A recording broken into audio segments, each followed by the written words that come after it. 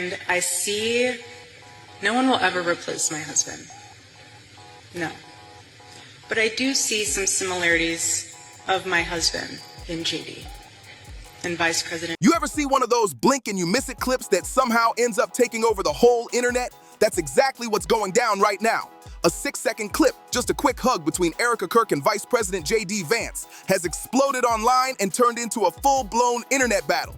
Some folks are saying it looked way too personal for a public stage, calling it inappropriate, while others swear it was nothing more than a warm Christian hug. And now, here's the twist.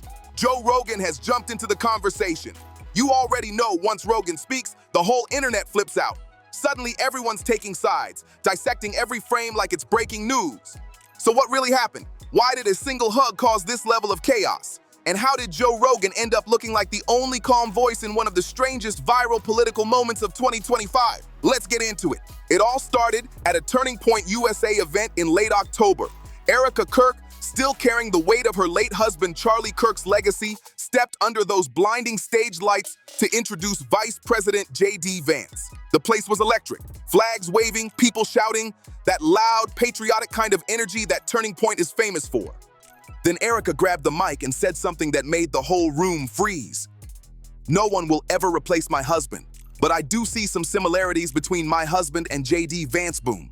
You could feel the emotion in her voice, raw, heartfelt, and real. She was talking about faith, leadership, and purpose.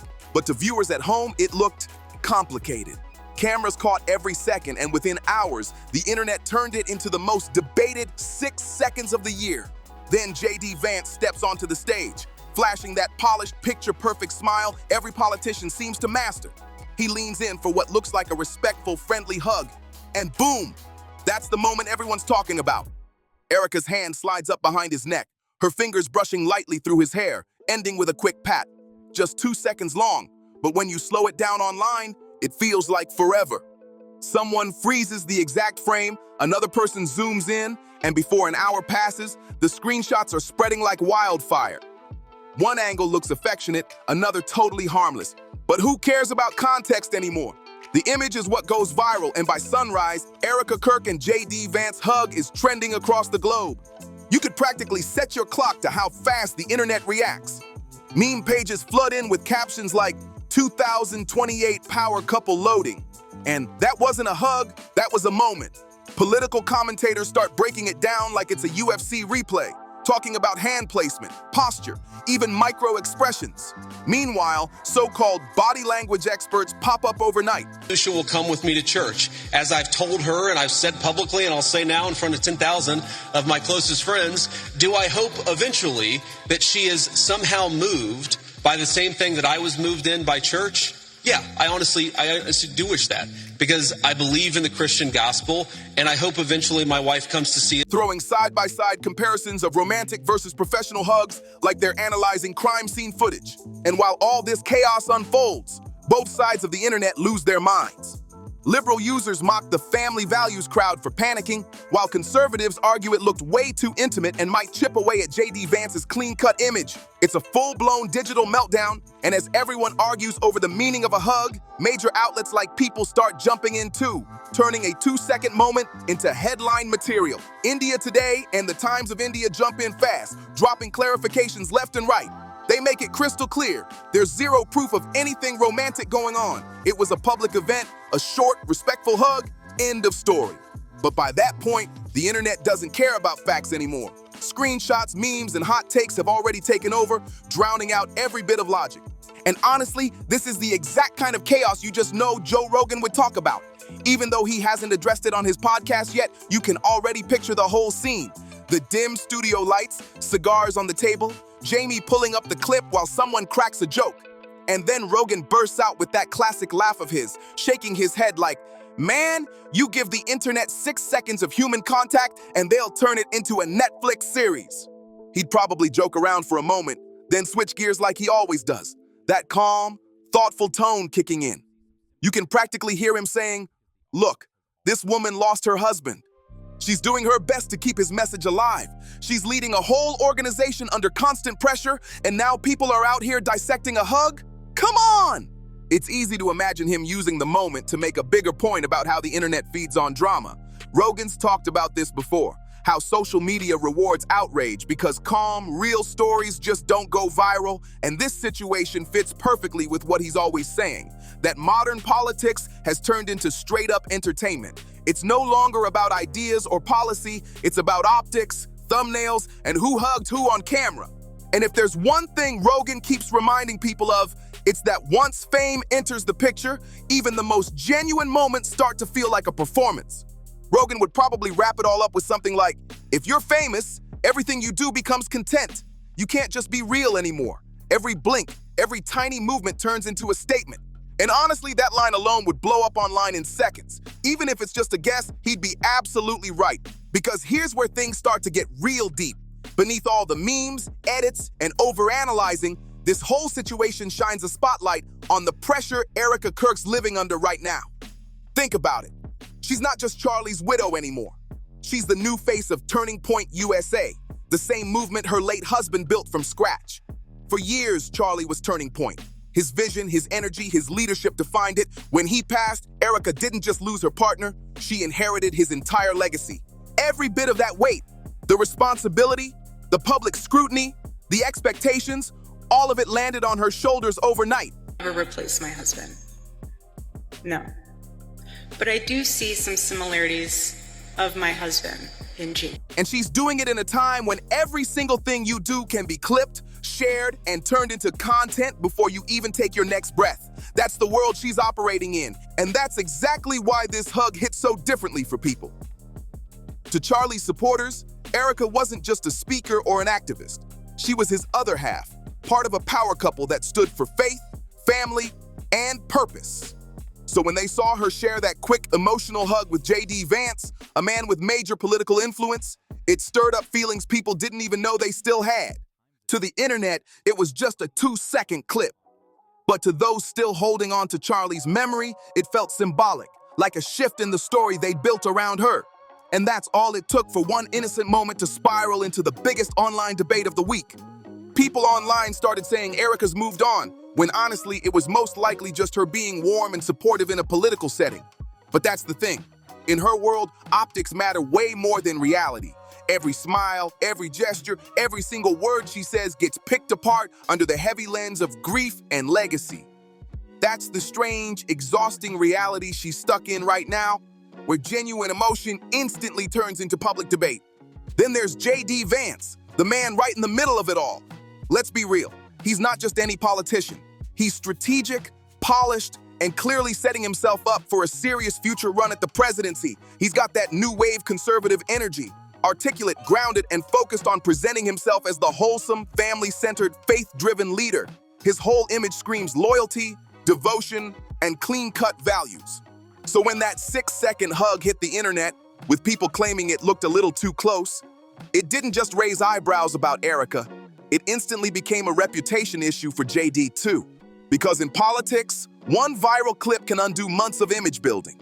And here's where it gets even messier. JD was already under fire just a week before this for comments about his wife's religion.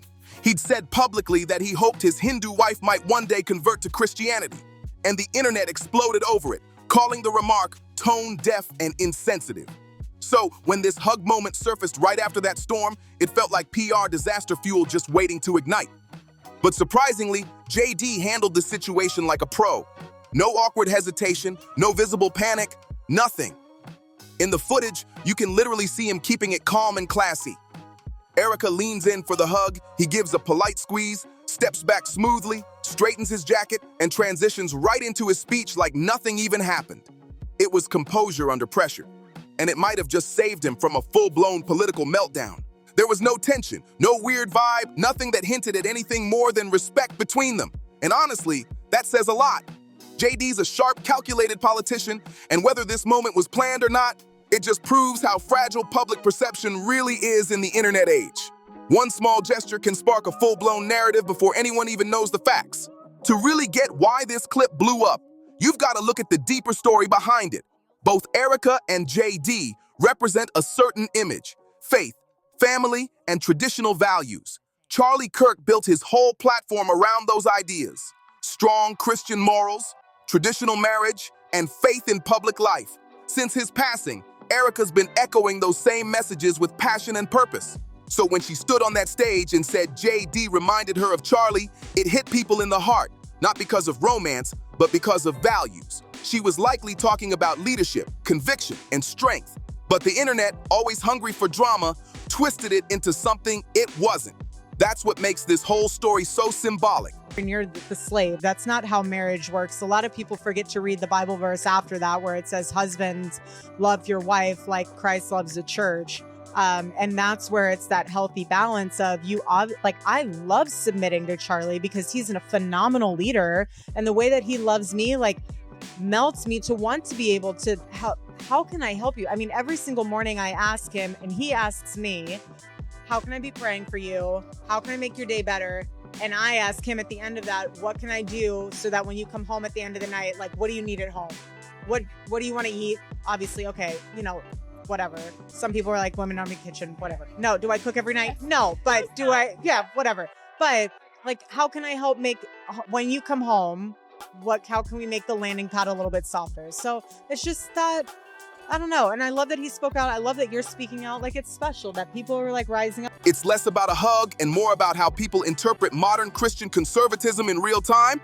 You've got a widow showing strength, a vice president being cast as the heir to a movement, and an audience ready to turn faith and loyalty into soap opera level content. It's wild how fast meaning gets lost once the internet starts writing its own version of the story. Now zoom out for a second. Let's talk about Turning Point USA. Charlie Kirk wasn't just the founder, he was the brand. The charisma, the edge, the controversy. That was all him. So when Erika decided to carry that torch, a lot of people quietly doubted her. But if you've been watching her lately, you can see she's finding her rhythm. Her speeches hit harder, her tone's more confident, and she's bringing that same fiery energy Charlie was known for, just in her own way. Erika's been out there grinding, hosting major events, meeting with top political players, and fully stepping into the spotlight as the new face of Turning Point USA. That's exactly why this hug blew up. Not just because of how it looked, but because it meant something deeper. It felt like the blending of two eras. Charlie's legacy crossing paths with JD's rising political power. Two influential figures, tied together by one movement and one shared belief system. But as powerful as that moment seemed, it also stirred up a quiet kind of tension. From here on out, every single thing Erika does, every event, every partnership, every public appearance will be judged against how Charlie would have done it. People keep asking, is she honoring his legacy or rewriting it? That's the impossible tightrope she's walking right now, trying to move forward without erasing the past. And here's where things hit deep. Let's talk about grief in the public eye. When you lose someone close, there's no right or wrong way to deal with it. Some people shut the world out. Others throw themselves into work just to keep moving. Erika chose to keep going, standing on stages, giving speeches, shaking hands, smiling, and staying active, all while carrying the kind of pain most people never have to face under a spotlight. But the internet doesn't see that pain. It doesn't give space for healing or grace. It only sees performance. That's what makes her situation so tough. She probably thought she was just being warm and respectful while introducing JD Vance. But online, empathy got twisted into speculation. One small gesture turned into a headline. I had never been baptized. Even though I was raised Christian, I'd never been baptized. So I was baptized the first time in 2018, I think. It's funny, Usha was not raised Christian, is actually not Christian. Oh, really? Yeah, but I remember when I started to re-engage with my own faith, Usha was very supportive. Usha, why were you so supportive? There are a few different reasons. One is that I did grow up in a religious household. My parents are Hindu, and that was one of the things that made them such good parents, that make them really very good people. And so I think I've seen the power of that in my own life. And I knew that JD was searching for something. This just felt right for him. How do y'all merge two different faiths while still raising your children? There are a lot of things that we just agree on, I think, especially when it comes to family life, how to raise our kids. And so I think the answer really is That's how quick compassion can get mistaken for scandal these days. And honestly, that's the brutal side of fame in politics. You're not allowed to be human anymore. Every imperfect moment, every expression, every touch gets dissected until it fits the narrative people want to believe. So where does all this lead? If anything, it shows that Turning Point and the whole conservative youth movement it helped build is standing at a crossroads. It's evolving, shifting into a new chapter where new faces carry old legacies. And every step forward is being watched by millions. Erika stands for continuity. She's keeping Charlie's vision alive and making sure his message still echoes through Turning Point USA. JD Vance, on the other hand, represents ambition. The next generation of conservative leadership, sharp, focused, and ready to take the movement into its new era. Whether or not that hug meant anything deeper, and let's be real, all signs say it didn't. It ended up symbolizing something much bigger. It became the image of two paths merging. Charlie's emotional legacy blending with JD's rising America First brand of conservatism. It wasn't romance, it was alignment, a merging of faith, power, and message that captured people's attention. And that's exactly why the internet couldn't look away. You know the pattern by now. Outrage blows up first, memes take over, theories start flying everywhere, and then slowly, the truth starts to crawl back in. After a few days, once people actually watch the full clip, the whole thing looks completely normal. The tone, the timing, the crowd's energy, everything makes sense when you see it in context. The so-called scandal fizzles out, the headlines fade, and the outrage dies down. Erika goes back to posting about faith and purpose, JD returns to politics, but that tiny 6-second clip, yeah, it's still floating around online because the internet never forgets, even when it's wrong. At the end of the day, this story was never really about a hug. It's about perception, grief, power, and the impossible standards that public figures have to live under. If Joe Rogan had actually said what people imagined he would, he'd be totally right. The internet is addicted to drama. Just watching people do their jobs isn't enough anymore. We crave conflict, emotion, and scandal, even when none actually exists. The truth is, people crave emotion. They need something to argue about. But sometimes, a hug really is just a hug. Sometimes, two people can share a simple, genuine moment in a world that's forgotten what human even looks like anymore. And for Erika Kirk, a woman carrying grief, legacy, and leadership all at once, that might be the toughest challenge of all. Because underneath the noise, this story isn't about politics or headlines. Tonight across America, the movement my husband built will not die. It won't. I refuse to let that happen. It will not die.